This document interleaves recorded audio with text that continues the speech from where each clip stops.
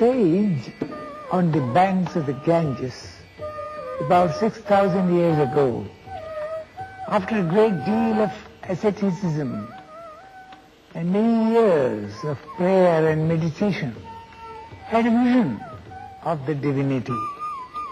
And he is so ecstatic that he calls on all beings all over the cosmos to join him in that ecstasy. When we have Bhagavan Sathya Sai Baba in our midst, and when we are able to get a sight of him, the delight is so great that it is only in the words of that saint that we can describe what we feel. This is in celebration of the advent of Bhagavan Sri Sathya Sai Baba. No such descent of divinity has happened in history of mankind so far, and therefore the description of his glory and the detailing of his career is something that is very fortunate that we are able to witness and describe.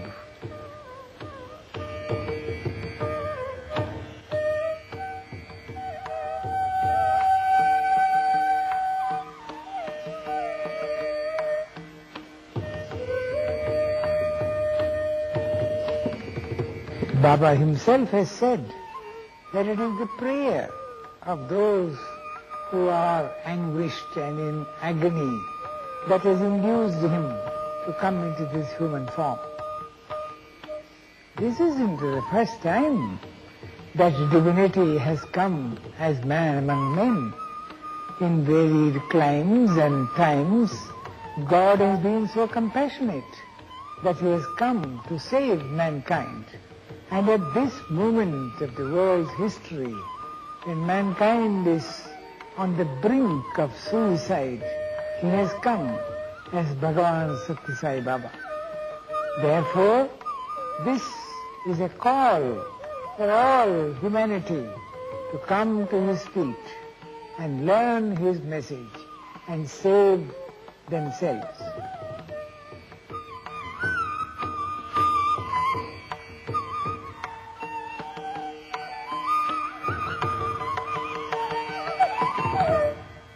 Bhagavan has got at the headquarters of this great movement to save mankind, Puttaparthi, a tiny village in the ancient land of India. And we shall see how that Puttaparthi is resplendently attracting all mankind towards it. Puttaparthi is a gem that is planted on the green meadows, surrounded by a ring of hills, and there is a stream, Chitravati, flowing nearby. It is the abode of Sanatana Sarathi. That is the name that Baba has given for himself. He is the eternal charioteer.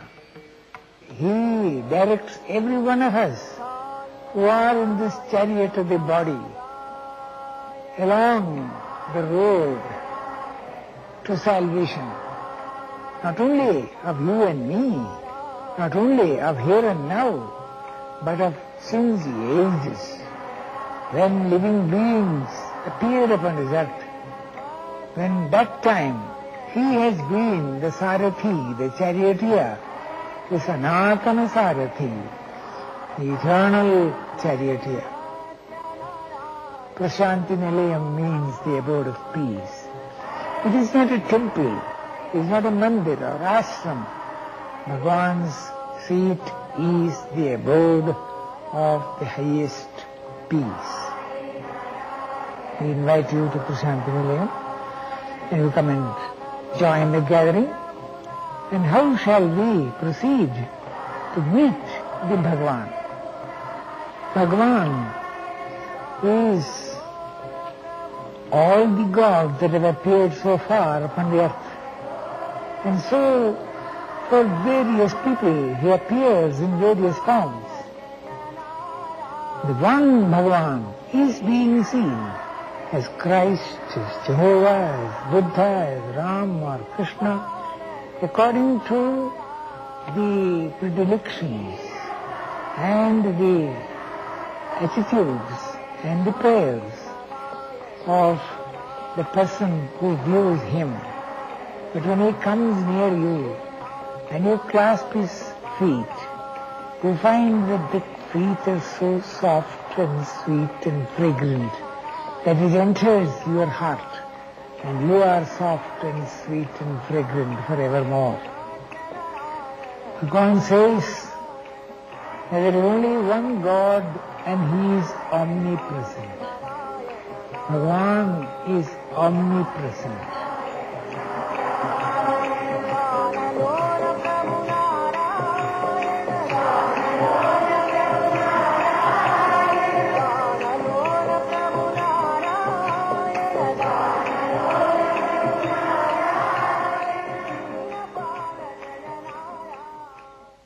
Imieniem is the place of the great divine alchemist who turns every leaden heart into gold. Transformation is what happens to everyone who comes to his lotus feet.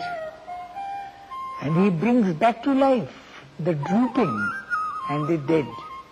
Dead to all goodness, dead to all righteousness, dead even to enter upon the road of the pilgrim. All broken hearts come here to be set right, and damaged minds, maybe by despair or distress or disappointment or doubt, every mind can be assured of being mended. And it's a school.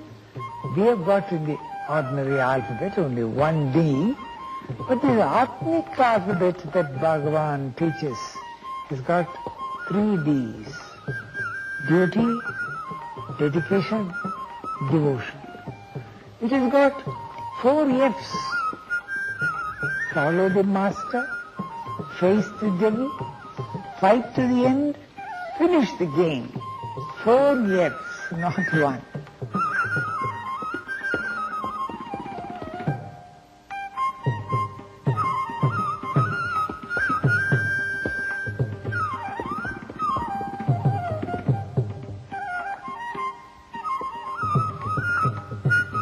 Ratnakar कुलभूषणा राजीवनयना Sai Narayan hey Ratnakar कुलभूषणा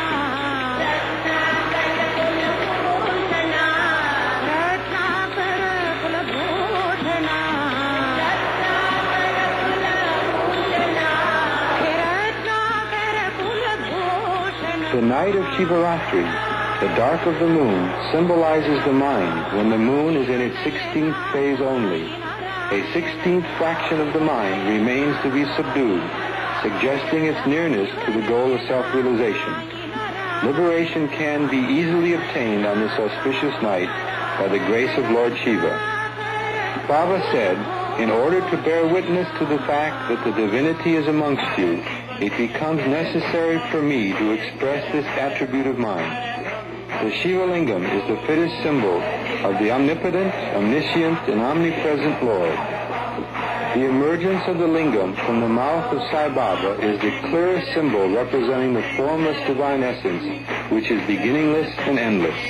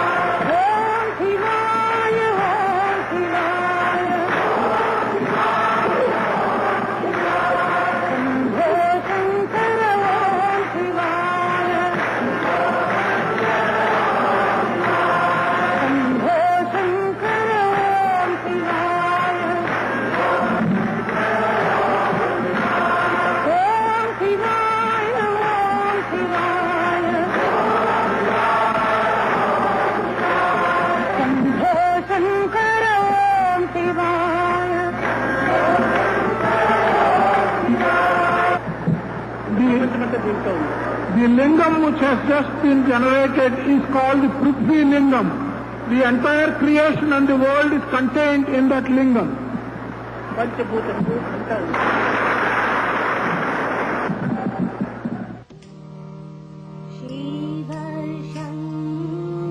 At Brindavan, near Bangalore, South India, Sai Baba has a residence and a boys' college.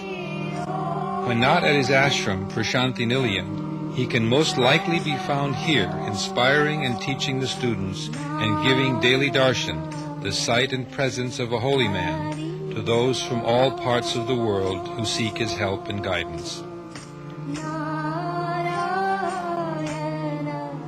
Baba is something that is unique. We have not had a personality or a phenomenon or a person with a purpose or a mission like this, with so much of power and with so much of love and compassion and wisdom. Throughout history, we have not had a phenomenon like this. Baba himself has said so often that he is so unique that you can't compare it. We know a thing because we are able to compare it with something else. But there is no comparison for a phenomenon like this. Swami said, I am not a god. I am not a magician. I don't belong to all the four castes into which people are divided. I don't belong to the four stages of life into which a person's life is demarcated. I am Sathya Bodhaka. I am a teacher of truth. I have come as the teacher of truth. Courage is what he wants us to learn, so that we may not fall into either hypocrisy or a lie or falsehood or cleverness. All that comes because we are afraid. Fear not. That is the message. Why fear is the message when I am here. When I am where? Not on the ring or on the pocket or on the wall. Why fear when I am here? That is the lesson that it gives us from inside us. And that is the higher learning. The higher learning is awareness of your reality. And that reality is courage. It is wisdom. It is love. It is purity. It is the truth. And if we know that, then Baba will be satisfied. Then his purpose will be fulfilled. His mission will be fulfilled.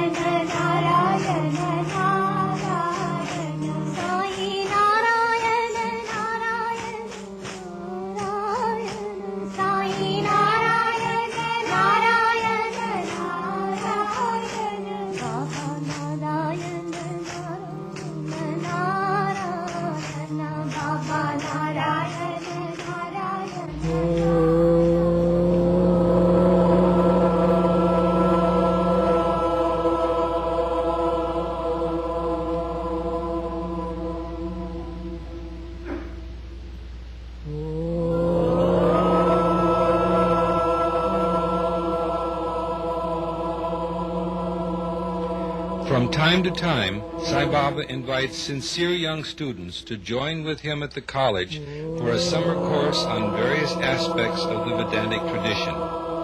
During one such summer course in 1973, Sai Baba's pet elephant, Sai Gita, joined into the spirit of the occasion, paying homage to its guru.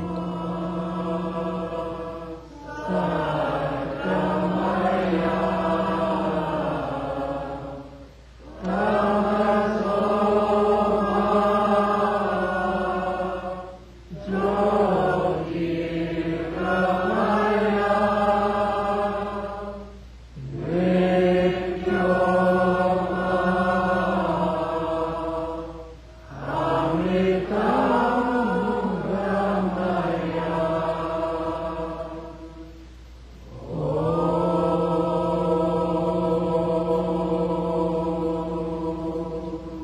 Mr. N. Kasturi, editor of the ashram's monthly journal and Sai Baba's biographer, addresses the students. Was in answer to this prayer, lead me from one place to another, one stage to another, one state of mind to another. Baba says, there is no question of leading, of moving from one place to another. You are that. It is only removing the veil of pride or envy or greed or hate or ignorance. It is only projecting light upon yourself. And then you realize that you are the real, that you are the wisdom itself, that you are immortal. You are not affected by change. So it's only shedding light onto yourself. It is only the removal of ignorance. And it is because it was considered to be a very complicated affair, and that you have got to depend upon somebody or some guru or some teacher, that you have got to depend upon him, that you are separate from him, that we are small and they are big, that we are weak and they are strong. This kind of distinction that you make between yourself and the great power that is in you. I am weak, I am ignorant. All that kind of feeling has got to be removed. That is why Baba addresses, it may be 20,000, it may be 2, but he addresses them as Divyatma Swarupalara. He sees only the Atma in us, the real in us, the truth in us. And it is to make us know this truth that the formless has taken this form and come into our midst. Jai Sai Ram.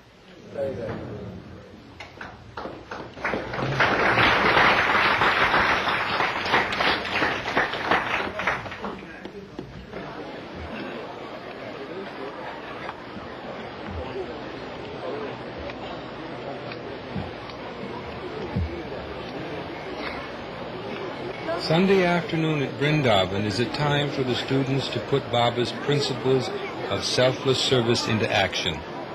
Work groups clean the compound and prepare food for distributing to the poor. First, confidence. Where there is confidence, there is love. Where there is love, there is peace. Where there is peace, there is truth. Where there is truth, there is God. Think about all is God. What is God? What is worship? Think like that. God is in you, with you, above you, below you, around you. He is always with you. You are God. True God. Think about God. God is everything. He will do. Without grace, God's grace.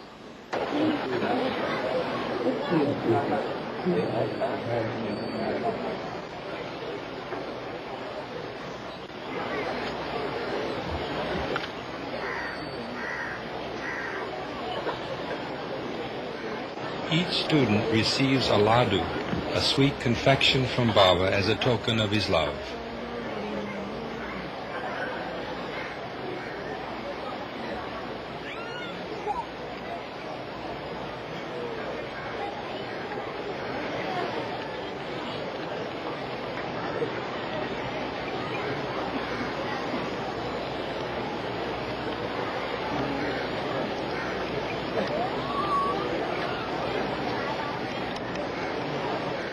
Here, Sai Baba distributes the food prepared by the students to those in need, and by his example inspires his devotees throughout India and other parts of the world to engage in acts of selfless service. For as Baba says, the fulfillment of man's life on earth consists in filling himself with love of God and transmuting that love into acts of service, service of man who is the embodiment of God.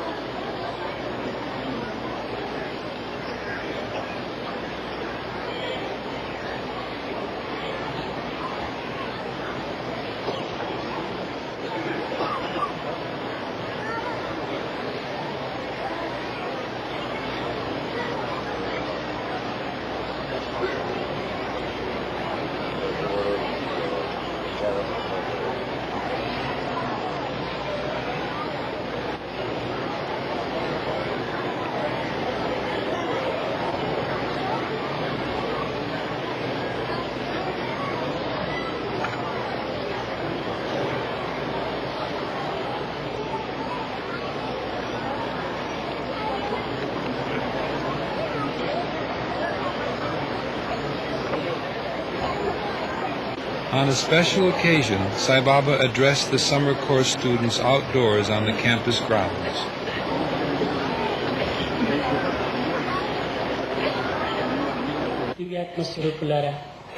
Embodiments of the divine Atma, by forgetting his own true nature and being carried away by the pleasures of the external world, which are but fleeting and superficial, and by trying to secure and experience such material pleasures, man fritters away his life, he fritters away his time. Is man able to secure peace by experiencing and obtaining these material pleasures? No. At the end of his life, he is dissatisfied and discontented. Man is becoming ignorant of the permanent being within him, which is truth itself, which is formless. He is reducing himself to the state of an animal and becomes demonic in the process. Ultimately, man comes to the end of his life without a sense of fulfillment because he has not been able to understand the purpose of it and his own true nature. What is the cause for this? He neglects the supreme code of conduct laid down before him, the code of Dharma, right action, that he has to follow. Man has forgotten that Dharma, the divine order, is at the base of everything, and that this Dharma is most important for his own character. The perfection of character by discrimination is the royal path for any human being. It is the very purpose, aim, and goal of one's life. The respect, honor, and dignity of the human race depends upon the character that is exhibited. Without it, the race itself would come to ruin. The improvement of character can indeed be called the hallmark of a human being. Only when morality and ethics range high in the set of values can an individual realize the divine Atma within. And the name for Dharma, the divine order, is love. Nobody can describe what love is or how valuable it is. The various ideas about love do not designate true love, which has no streak of selfishness, which never changes. Everything that is sacred and sanctified can be found in this true love. If it is furthered and nourished, that type of love will always increase, never decrease. There is no reason for this love. That true love, which is without reason, without selfishness, which never wavers or changes, but is forever full and total, that is the love of God. The ordinary love exhibited by human beings has a certain reason behind it. It has a note of selfishness in it, and it changes with the passage of time. Therefore, it is impossible for man who feel this human love to understand the love of God. Boy students and girl students, and you who have the cause of education dear at heart, what I mainly wish to convey to you today is that the love of a human being is totally different from the love of God. As I said earlier, your love is motivated by selfishness. It depends upon some reason and is temporary. Swami's love is selfless, has no reason and no end. Through my love, I am fostering and nourishing your love. Your love is thus nourished by this supreme love.